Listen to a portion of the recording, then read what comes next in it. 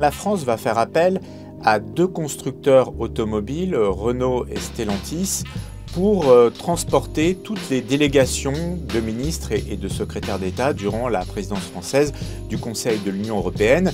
220 véhicules électriques et hybrides qui seront fournis gratuitement par les deux constructeurs français.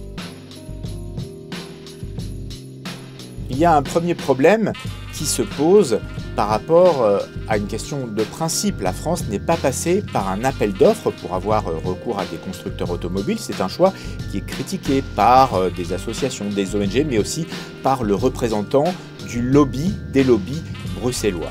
Ensuite, il y a des questions qui se posent par rapport au fait qu'il peut y avoir un risque de conflit d'intérêts, puisque là on parle de constructeurs automobiles qui ont des liens avec l'État français. Alors ils fournissent des services gratuitement, mais on peut imaginer qu'il peut y avoir des retours d'ascenseur vis-à-vis de l'État. Donc on est dans un domaine, une zone grise qui peut poser question. La présidence française affirme que ces constructeurs automobiles seront la vitrine de la France pendant les 6 mois de cette présidence tournante, une vitrine écologique. Or, ces constructeurs, Renault et les filiales de Stellantis, sont mis en examen pour tromperie dans un dossier judiciaire, l'affaire dite du Dieselgate, des soupçons de trucage de contrôle anti-pollution. Et on peut évidemment s'interroger sur ce choix. L'avocat d'une partie des parties civiles dans ce Dieselgate s'étonne qu'on ait recours à ces constructeurs avant même que la procédure judiciaire soit terminée. Alors du côté de la France, on répond que justement cette procédure judiciaire est en cours, que la France n'intervient absolument pas, n'interfère pas dans le travail de la justice. Et puis la France explique que d'autres constructeurs européens sont également concernés par cette affaire du Dieselgate.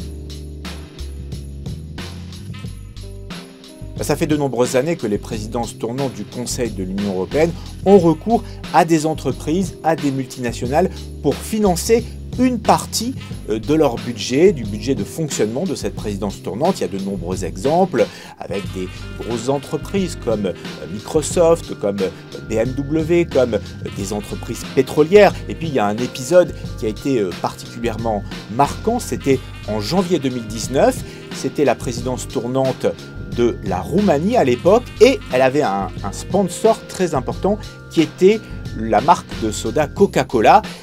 Cette affaire a fait un peu de bruit, des associations se sont mobilisées puisqu'on avait des logos de Coca-Cola qui étaient un petit peu partout lors de réunions officielles. La médiatrice de l'Union européenne a été saisie à ce sujet, elle a demandé à ce qu'il y ait des règles de transparence très fortes autour du recours à des sponsors privés, à du mécénat, à du parrainage commercial.